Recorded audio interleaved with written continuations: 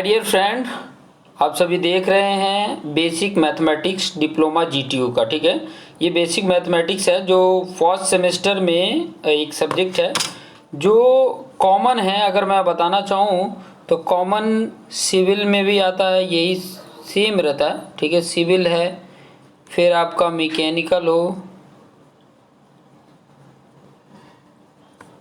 या तो ऑटोमोबाइल हो या इलेक्ट्रिकल हो, सब में सेम आता है। मैक्सिमम जितने भी डिप्लोमा के ब्रांचेज हैं उन सब में ये कॉमन है और बहुत ही इम्पोर्टेंट भी है। अगर अच्छे से डिटेल में समझेंगे तो बहुत ही अच्छे से आपको समझ में आ जाएगा। मैं एकदम सिंपल करके आपको एक्सप्लेन करके समझा दूंगा कि ताकि आपके लिए आसान हो सके और एकदम इजी हो सके। ठीक है, और सबसे पहले तो मैं आप लोग को ये बता दूंगा कि कौन कौन क्या कंटेंट है। ठीक है, कंटेंट क्या है या सिलेबस बोल सकते हैं। ठीक है, एक तरह से बोलना चाहें तो सिलेबस बोल सकते हैं। तो इसका सिलेबस क्या है वो चीज़ें मैं यहाँ पर बता देता हूँ। ठीक है, तो सिलेबस में देखिए, अगर आपको मैं बताऊं कि जो चैप्टर 1 है, चैप्टर 1 जो है वो है लॉगरिदम। ठीक है, लॉगरिदम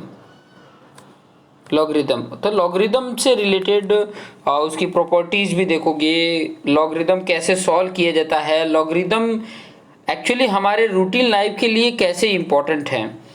एक्चुअली मैं एक चीज़ और इम्पोर्टेंट इसके रिलेटेड अगर मैं बताऊं कि जब बहुत बड़ा मल्टीप्लिकेशन या डिवीजन होता था, बहुत बड़े अमाउंट में मल्टीप्लिकेशन या डिवीजन करने होते थे, तो लॉगरिदम का यूज करके बड़े ही सिंपल तरीके से इजीली या फास्टर बोल सकते हैं, फास्ट आप कैलकुलेट करके बता देते थे। ठीक है, लेकिन आने वाले समय में जैसे ही कैलकुलेटर कंप्यूटर आया तो वो कैलकुलेटर आसानी से उसमें होने लगा। लेकिन जब ये नहीं थे तो यही मैक्सिमम ज़्यादा अमाउंट में मल्टीप्लिकेशन हो या डिवीजन हो तो ये या तो पावर्स फॉर्म में हो, ठीक है, एक्सपोनेंट फॉर्म में हो, तो उसको फास्ट सॉल्व करने के लिए लॉगरिदम यूज किया जाता था। हालांकि ये जब मैं स्टार्ट करूँगा, आई थिंक इसी वीडियो में मैं स्टार्ट कर दूंगा कि ताकि हमारे लिए आसान भी हो सके। देखिए चैप्टर नंबर 2 में अगर आप पढ़ेंगे तो वो है determinants and matrices. Determinant and matrices है, डिटर्मिनेंट एंड मैट्रिसेस है। ठीक है, तो डिटर्मिनेंट और मैट्रिसेस में पहले तो डिटर्मिनेंट क्या होता है वो चीज़ें आसानी से सीखेंगे कि ताकि आपके लिए आसान हो सके। डिटर्मिनेंट मतलब क्या होता है पहले वो जानेंगे, फिर सेकेंड ऑर्डर डिटर्मिनेंट क्या होता है, थर्ड ऑर्डर डिटर्मिनेंट क्या होता है, या उसमें माइनर क्या होता है और को फैक्टर क्या होता है, वो चीज़ें इसमें देखोगे। और मैट्रिसेस में भी ये अगर मैं आपको बताऊं तो ये जो चैप्टर है काफ़ी अच्छे मार्क्स गेन करने के लिए है। ठीक है, काफ़ी मैक्सिमम क्वेश्चंस इसमें से पूछे जा चुके हैं। मैं आपका जो जीटीयू यूनिवर्सिटी का लेकर चल रहा हूं, तो जीटीयू यूनिवर्सिटी से रिलेटेड जितने भी क्वेश्चन पेपर भी मैं आपको करा दूंगा कि ताकि आपके लिए आसान हो सके। ठीक है, क्वेश्चन पेपर में देखिए इस चैप्टर से कितने क्वेश्चन पूछे हैं वो मैं पेपर भी आपको शो करके बताऊंगा। जैसे जैसे जो चैप्टर मैं पढ़ा दूंगा उस चैप्टर से रिलेटेड आपको यूनिवर्सिटी के पेपर भी दिखाऊंगा, कैसे क्वेश्चन पूछे गए हैं वो भी दिखाऊंगा, और उस क्वेश्चन को सॉल्व कैसे करते हैं वो भी मैं आपको सॉल्व करके बताऊंगा। ठीक है, मैट्रिसेस में क्या देखोगे, देखो पहले नंबर तो मैट्रिसेस है क्या। ठीक है, ये किस तरीके के प्रॉब्लम को सॉल्व करने के लिए है, इक्वलिटी ऑफ मैट्रिसेस क्या होता है, फिर इसके टाइप्स को भी मैं आपको बताऊंगा।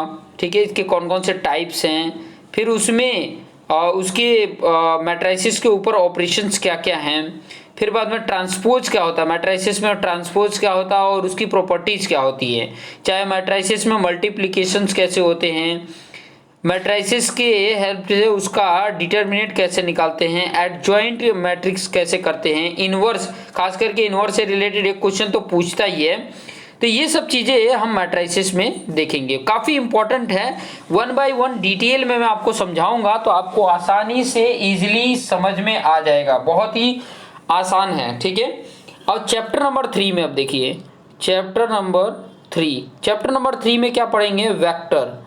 कि वेक्टर क्या है। ठीक है, वेक्टर से रिलेटेड बहुत ही आसान है, कुछ ज़्यादा हार्ड नहीं है। वेक्टर क्या है पहले तो जानेंगे, फिर बाद में इनर प्रोडक्ट ऑफ वेक्टर क्या होता है, जैसे कि स्केलर प्रोडक्ट होता है, डॉट प्रोडक्ट होता है, तो ये सब चीज़ें यहाँ पर सीख जाओगे। फिर वेक्टर का मैग्नीट्यूड कैसे कैलकुलेट करेंगे, तो ये सब चीज़ें, या तो टू वेक्टर के बीच का एंगल कैसे कैलकुलेट करते हैं।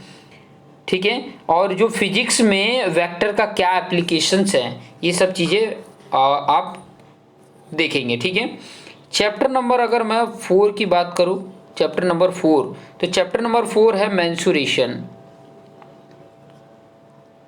मेंसुरेशन, ठीक है, मेंसुरेशन में क्या है वो चीज़ें थोड़ा बताओ। एरिया कैलकुलेट करने के लिए आएगा, डिफरेंट 2D शेप या 3D शेप होगा, उसका एरिया कैलकुलेट करने के लिए आ सकता है। ठीक है, या तो सॉलिड है, सॉलिड में देखो एक तो दो चीज़ों पे क्वेश्चन पूछेगा, 2D पे और 3D पे। ठीक है, तो 2D में क्या क्या आ सकते हैं, 2D में अगर मैं बताऊं यहाँ पर, तो 2D में कई सारी चीज़ें आ सकती हैं, जैसे कि स्क्वायर आ सकता है, स्क्वायर आ सकता है, रेक्टेंगल आ सकता है, ट्राइंगल आ सकता है। ठीक है, ये जो दोनों बताए क्वाड्रिलेटरल होता है, तो क्वाड्रिलेटरल में कई सारे हो सकते हैं, कई सारे क्वाड्रिलेटरल होते हैं, जैसे पैरेललोग्राम है। ठीक है, बहुत सारे रिलेटेड क्वेश्चन हो सकते हैं। सॉलिड में अगर मैं बात बताऊं, तो सॉलिड में अगर देखोगे तो आपका क्यूब आ जाता है, क्यूब। ठीक है, फिर क्यूबॉइड भी आ जाता है, क्यूबॉइड, क्यूबॉइड होता है। ठीक है, फिर उसके बाद से सिलेंडर आ जाता है, फिर कोन आ जाता है। मतलब है तो बहुत सारे, आप 10th क्लास में पढ़ के भी आए हैं तो आपको आइडिया है ही है। 10th क्लास में ये सब चीज़ें तो सॉलिड के रिलेटेड सरफेस एरिया एंड उसका वॉल्यूम कैलकुलेट करने तो आपको आ रहा है, लेकिन इसको बहुत अच्छे से और अच्छे से आपके जो यूनिवर्सिटी में किस किस तरीके से क्वेश्चन पूछे जाते हैं वो चीज़ें, अगर आप 10th क्लास में अच्छे से मैथ्स को पढ़े हैं, जो इसका surface area and volume chapter था 10th में, तो आपको बड़े आसानी से ये कैलकुलेट करने आ जाएगा। तो सिर्फ और सिर्फ इतने ही चैप्टर हैं, सिर्फ और सिर्फ इतने ही चैप्टर को, एक और चैप्टर यहाँ पर रह गया था, एक और चैप्टर, एक्चुअली चैप्टर नंबर 3 था, ये चैप्टर नंबर 4 था, ये चैप्टर नंबर 5 था, और जो चैप्टर नंबर 3 था वो है ट्रिग्नोमेट्री। तो ट्रिग्नोमेट्री भी हम आसानी से समझ लेंगे। ठीक है, ट्रिग्नोमेट्री भी हम आसानी से समझ लेंगे। आप ये ट्रिग्नोमेट्री से रिलेटेड भी आप बहुत सारी चीज़ें तो पढ़ के ही आए हैं 10th क्लास में, लेकिन फिर भी इसमें कुछ और भी बहुत सारे इंपॉर्टेंट पॉइंट हैं जो आपको सीखने को मिलेंगे। ठीक है, तो एंगल से रिलेटेड हो गया, चाहे ट्रिग्नोमेट्री रेशियो हो गया, चाहे पीरियड ऑफ टी रेशियो हो जाएगा, फिर बाद में साइन और कोसाइन का ग्राफ कैसे होता है, एडिशन का फॉर्मूला क्या होता है, या एलाइड एंगल के लिए फॉर्मूला क्या होते हैं, टेन कॉट के लिए एडिशन के फॉर्मूले क्या होते हैं, बहुत सारी चीज़ें, प्रोडक्ट के लिए क्या फॉर्मूले होते हैं, सम डिफरेंस के लिए क्या फॉर्मूले होते हैं, क्या एक्सप्रेस करते हैं सम और डिफरेंस या प्रोडक्ट के लिए। तो बहुत सारी चीज़ें इसमें सीखने वाले हैं 1 by 1 कि ताकि आपको बहुत सारे जगहों पे ये हेल्प करने वाला है। तो चलिए मैं स्टार्ट कर दिया था, पहला चैप्टर मैं स्टार्ट कर देता हूँ कि ताकि हमको आसानी से समझ में आ सके। तो पहला चैप्टर से रिलेटेड जो मैं पॉइंट बताने वाला हूँ, जो आपका पहला चैप्टर है उससे रिलेटेड मैं पॉइंट आपको बता देता हूँ। पहला नंबर, तो पहला चैप्टर क्या है जो मैंने अभी बताया था, पहला चैप्टर लॉगरिदम है।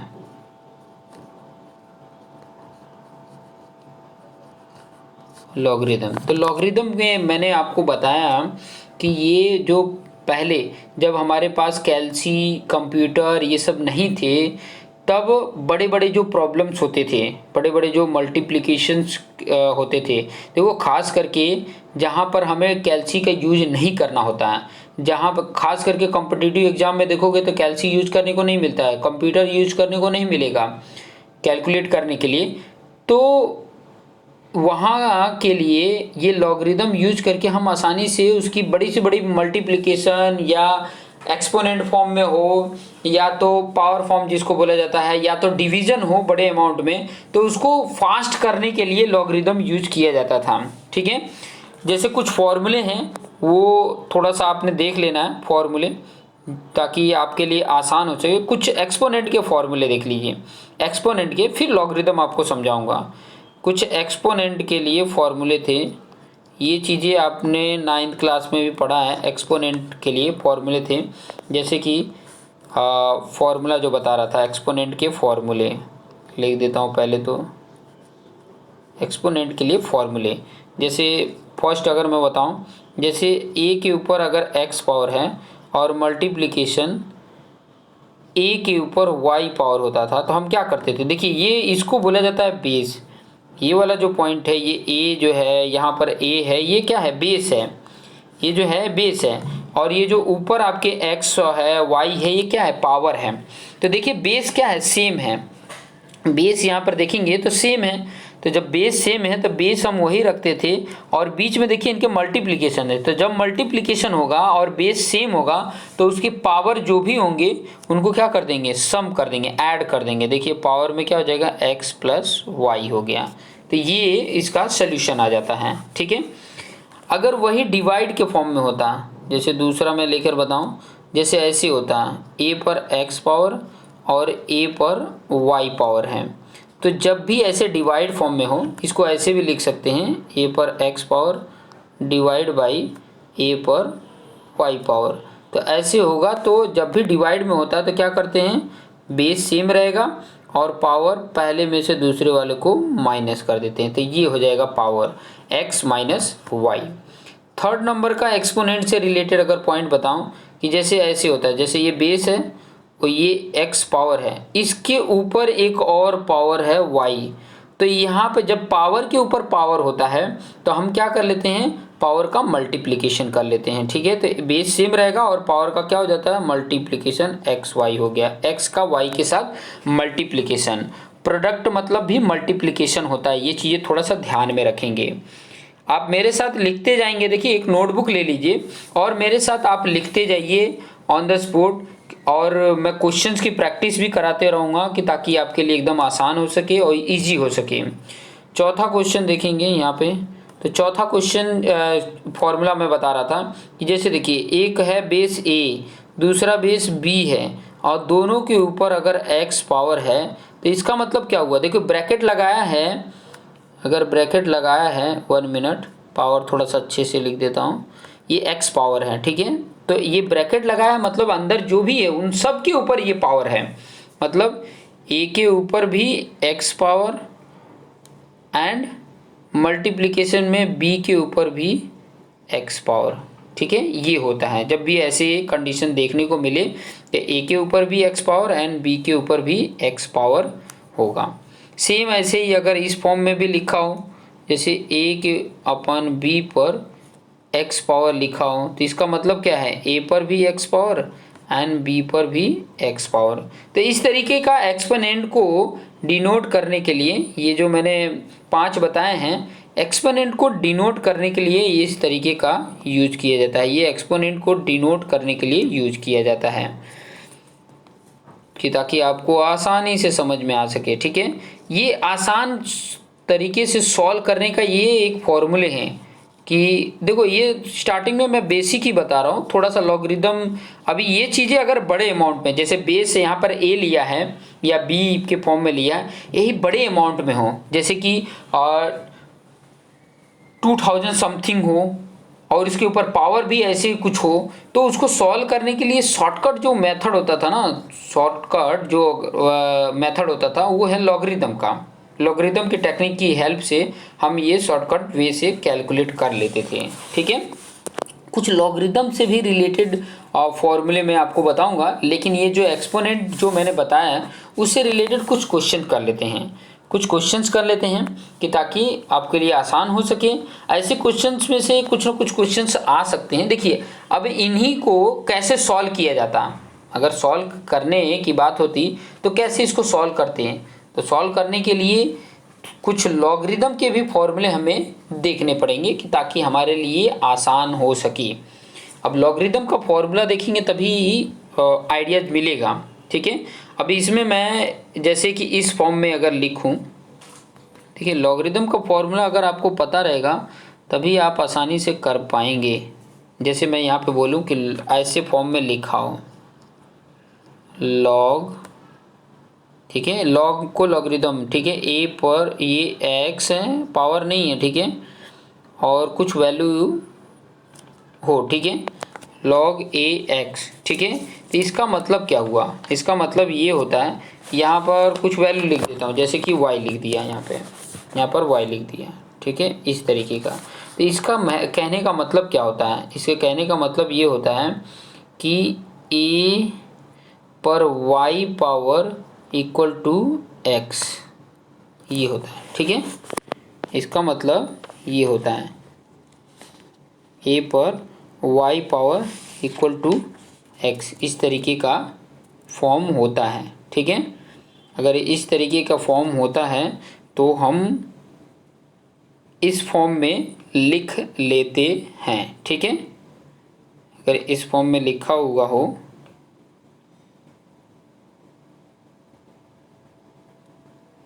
तो इस तरीके से कैलकुलेट करके लिख लेते हैं। कुछ इससे रिलेटेड इम्पोर्टेंट पॉइंट आपको मैं बता देता हूँ। जैसे कि मैं फॉर्मूले की बात कर रहा था तो कुछ फॉर्मूले ही बता देता हूँ कि ताकि आसान हो सके, इजी हो सके, ठीक है, ताकि इजीली हम कैलकुलेट कर सकें। जैसे कि इस तरीके का फॉर्म दिया हो, कुछ फॉर्मूले ही लेकर मैं बता देता हूँ। जैसे जो फॉर्मूले हैं इसके रिलेटेड जो आपके कैलकुलेशंस में आ सकते हैं वो चीज़ें मैं बताते जाता हूँ, ठीक है। कई सारे फॉर्मूले हैं लेकिन एक जगह पे मैं बता दूंगा तो आसानी से आप कैलकुलेट कर लोगे, ठीक है। जैसे ऐसे वैल्यू दिया हो लॉग, एक मिनट,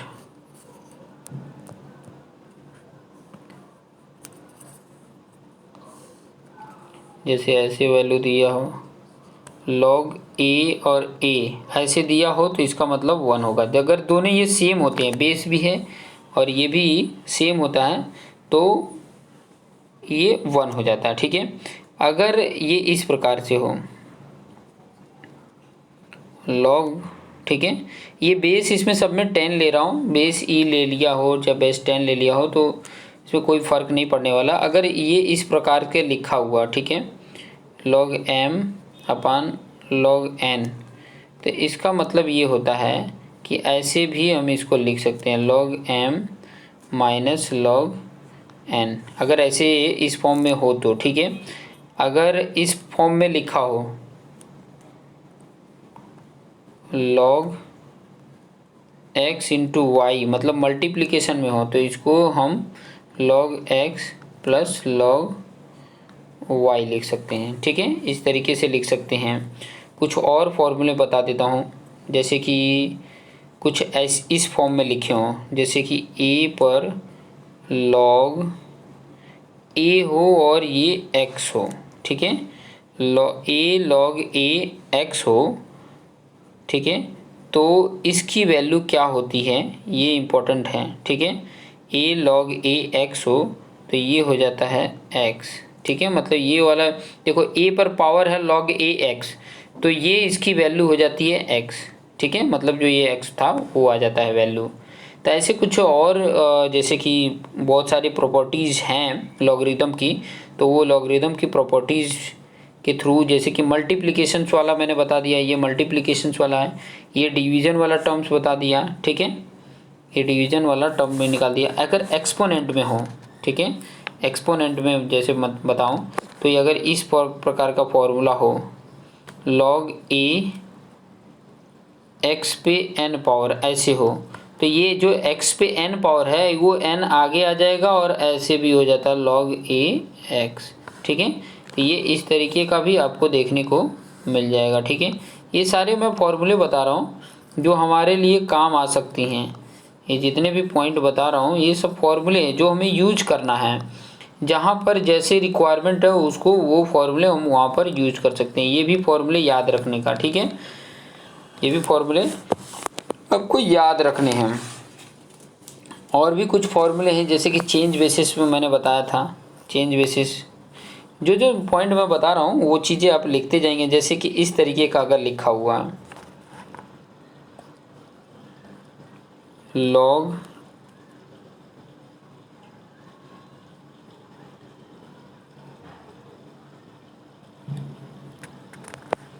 बहुत सारे ऐसे टेक्निक हैं, लेकिन जहाँ जैसे ज़रूरत होता है उस प्रकार से आप इसको लिख सकते हैं।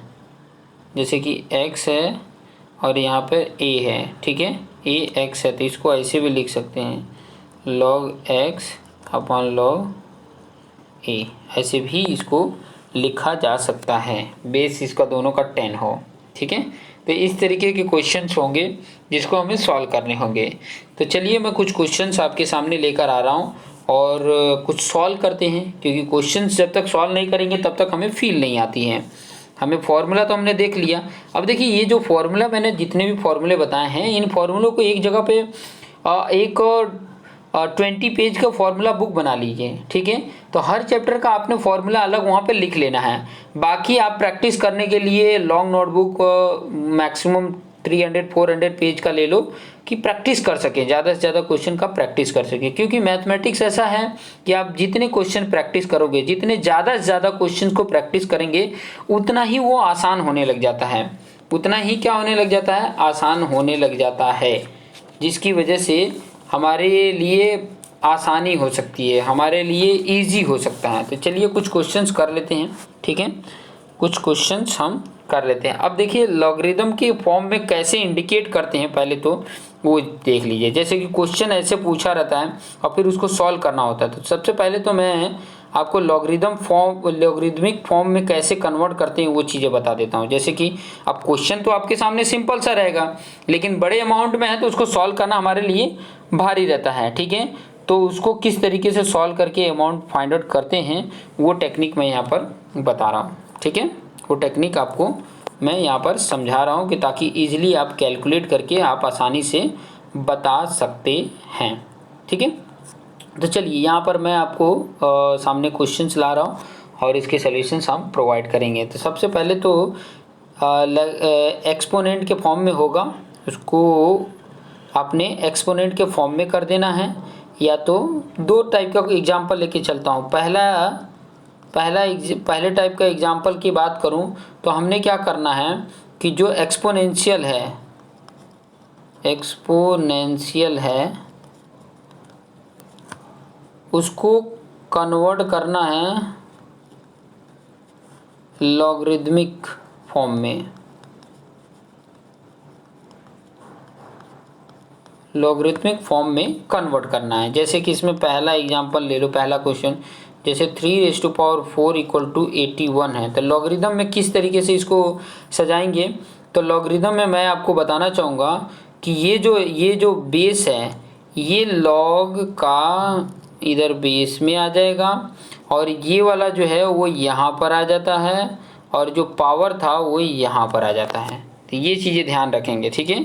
जो पावर था वो कहाँ पे आ गया, यहाँ पर आ गया। तो इस तरीके से हम इसको इंडिकेट करते हैं, ठीक है। तो ये लॉगरिदम में हमने लिख लिया।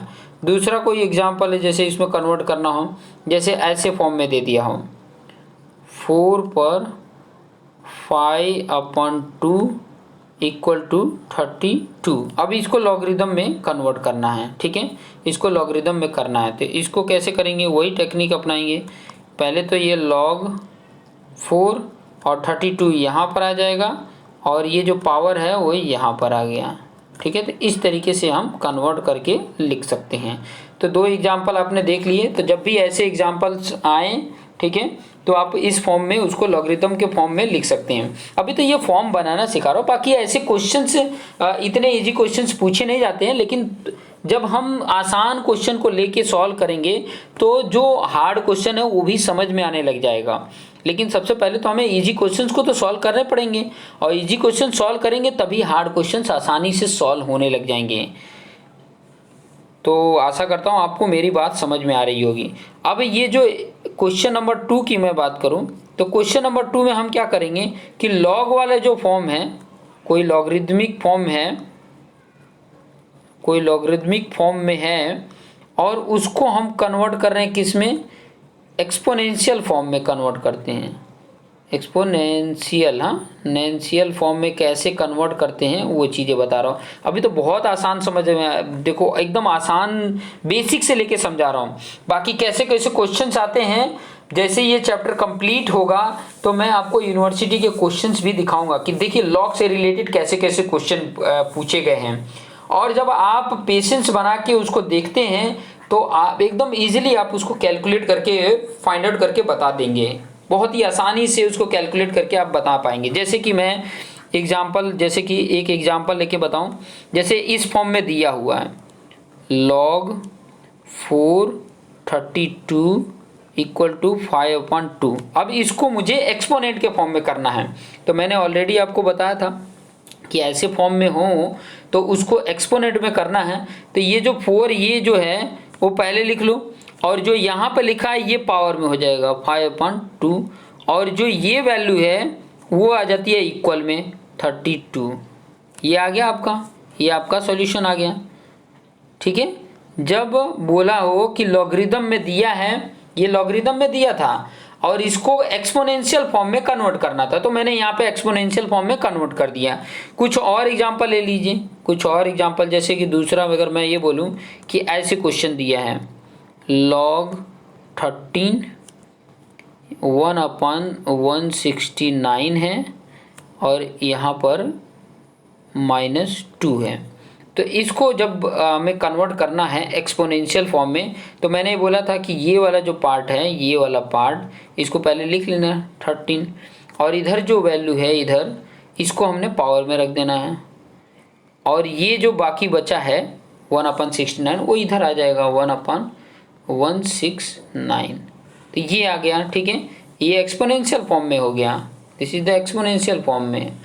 तो इस तरीके से आप उसको एक्सपोनेंशियल फॉर्म में कन्वर्ट कर सकते हैं आसानी से। ऐसे कई सारे क्वेश्चन हो सकते हैं, जैसे ऐसे क्वेश्चन दे दिया। एक और एग्जांपल ले लेते, जैसे थर्ड इसमें एग्जांपल ले लिया कि इस प्रकार से दिया है log 10 0.0001 इक्वल टू -4। तो यहाँ पर वैसे कर लेंगे, एक्सपोनेंशियल में क्या होगा, ये 10 पहले लिख लेंगे और इधर वाली वैल्यू जो है वो पावर में हो जाएगी, और बाकी इधर जो बचा है वो यहाँ पर हो जाएगा। ये एक्सपोनेंशियल फॉर्म में है, ये आपका लॉगरिदम फॉर्म में था और ये आपका एक्सपोनेंशियल फॉर्म में आ गया। ठीक है, तो इस तरीके से आप आसानी से इसको कन्वर्ट कर सकते हैं। बाकी ये जो फॉर्मूला मैंने बताया है, ये फॉर्मूला इंपॉर्टेंट है आपको ध्यान में रखने के लिए। ये वाला फॉर्मूला हुआ, जैसे log x ax है तो log x upon log a भी लिख सकते हैं। सिचुएशन के हिसाब से, सिचुएशन समझना बहुत इंपॉर्टेंट है कि कहाँ पर कौन सी चीज़ को कन्वर्ट करके लिखना है। बार बार देखो, मैथमेटिक्स एक ही चीज़ याद रखना कि जितना आप प्रैक्टिस करोगे, मैं ये कॉन्सेप्ट सिखाऊंगा, मेथड सिखाऊंगा, मैक्सिमम ट्राई करूंगा कि मैक्सिमम से मैक्सिमम क्वेश्चंस कराऊं, लेकिन आपको सबसे पहले ध्यान में रखना होगा कि मैं मैक्सिमम से क्वेश्चन, ज़्यादा से ज़्यादा क्वेश्चन मुझे आने चाहिए। और तब आते हैं कि जब मेरे ये वीडियो देख रहे हो और उसके बेस पे जो मेरा कॉन्सेप्ट है उसका यूज करके खुद से कर रहे हो। जितना आप खुद से करोगे उतना ही आपके लिए अच्छा लगेगा, इम्पोर्टेंट लगेगा, और आप आसानी से उसको कर भी पाओगे, क्योंकि खुद से जब करोगे तभी आपको आइडिया मिलेगा। मैं जब समझा रहा हूं तो आपको समझ में तो आ रहा है, बट जब अपने आप से क्वेश्चन आपके सामने आया और उसको सॉल्व कर लेते हो तो इजीली आप अच्छे से अच्छे मार्क्स गेन कर पाओगे। ठीक है, जैसे log a पर x पे n था, तो ये इस तरीके से देखो, ये वाले पे पावर पे था तो पावर वाला जो वैल्यू था वो यहाँ पे आ गया है।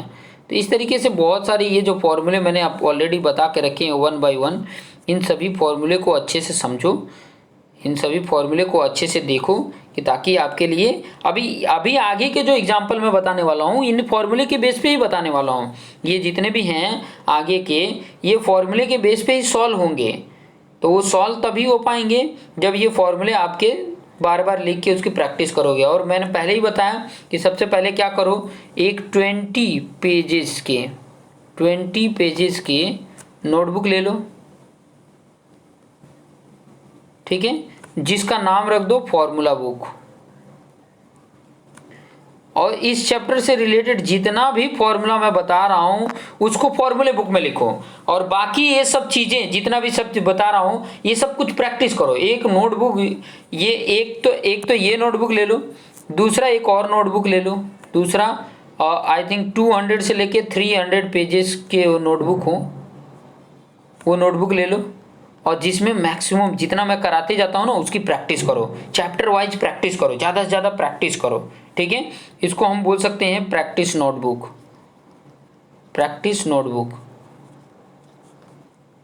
ये इतना ही सिर्फ करना है, और जैसे जैसे मैं बोल रहा हूँ ना, मैं इधर पढ़ाते जा रहा हूँ और आप मतलब उसको सॉल्व भी करते जा रहे हो और खुद से भी काफ़ी क्वेश्चंस लेके और उसको सॉल्व कर रहे हो, तो मुझे ऐसा लगता है ना कि आपके लिए एकदम मैथ्स आसान हो सकता है। मैं ये बोलना चाह रहा हूँ कि मैथ्स को जितना हल्के में लोगे फेल हो जाते हैं, मैक्सिमम बच्चे फेल हो जाते हैं, लेकिन आपने हल्के में नहीं लेना, बस इसको देखना है, आराम से देखते रहिए, बड़े आसानी से, बड़े ईजी तरीके से आप इसको सॉल्व भी कर लोगे, आसानी से फाइंड आउट भी कर लोगे, ठीक है। तो ये फॉर्मूला आज की अभी के लिए इतना ही रखता हूँ, और आशा करता हूँ कि आपको ये फॉर्मूला याद रहेंगे कि जो नेक्स्ट वीडियो में आपके सामने लेकर आऊँगा उस वीडियो में मैक्सिमम आप प्रयास करके मैक्सिमम क्वेश्चंस तो आप खुद ही सॉल्व कर लोगे, मैक्सिमम फटाफट क्वेश्चन आप खुद ही सॉल्व कर लोगे, और आप लोग का सहयोग रहेगा, आप लोग का हेल्प रहेगा, और ज़्यादा से ज़्यादा अपने दोस्त मित्रों को शेयर करोगे। देखिए बहुत सारे आपके क्लासमेट रहे होंगे 10th क्लास में, जो हो सकता है कि एक ही कॉलेज में ना हो, लेकिन अलग अलग डिफरेंट कॉलेज में एडमिशन लिए हों, लेकिन कंटेंट ये सेम ही होता है, ठीक है, कॉन्सेप्ट सेम ही होता है। अब जब आप अपने दोस्त मित्र को शेयर करेंगे तो काफ़ी ज़्यादा आपके दोस्त मित्र भी अच्छे मार्क्स गेन कर पाएंगे और आप भी अच्छे मार्क्स गेन कर पाएंगे। तो मेरा तो ये कि है मैं आपके लिए हेल्प कर रहा हूँ, आप मेरे लिए हेल्प करिए कि ज़्यादा से ज़्यादा दोस्त मित्र के पास शेयर करिए कि अच्छे व्यू आए, और मैं बहुत जल्दी ये पूरा का पूरा चैप्टर कंप्लीट करके आपके सामने रख दूँ। मैं मैक्सिमम बहुत ज़्यादा वीडियोज़ नहीं बनाऊँगा, हाँ थोड़ा सा कंटेंट इसमें ज़्यादा रहेगा, 30 मिनट का 35 मिनट का ये वीडियोज़ मैं बनाऊँगा, और इन वीडियोज़ को ये 35 मिनट तक वीडियोज़ रहेंगे, और ये बहुत जल्दी कंप्लीट करके आपके सामने रख देंगे कि ताकि आप इसको देख के और उसको आसानी से अपनी जो सब्जेक्ट है उसमें अच्छे मार्क्स गेन कर पाएँ और आप बेस्ट बन पाएँ, क्योंकि कैलकुलेशन इंजीनियरिंग फील्ड में आए तो कैलकुलेशन तो आपके लिए इम्पोर्टेंट है। तो अभी से अगर बेस्ट रहेगा तो आगे जाके भी बेस्ट रहेगा। तो देखते रहिए और अपने आप को बेस्ट बनाइए, अपने दोस्तों को भी बेस्ट बनाइए। Thank you for watching this video and जय हिंद।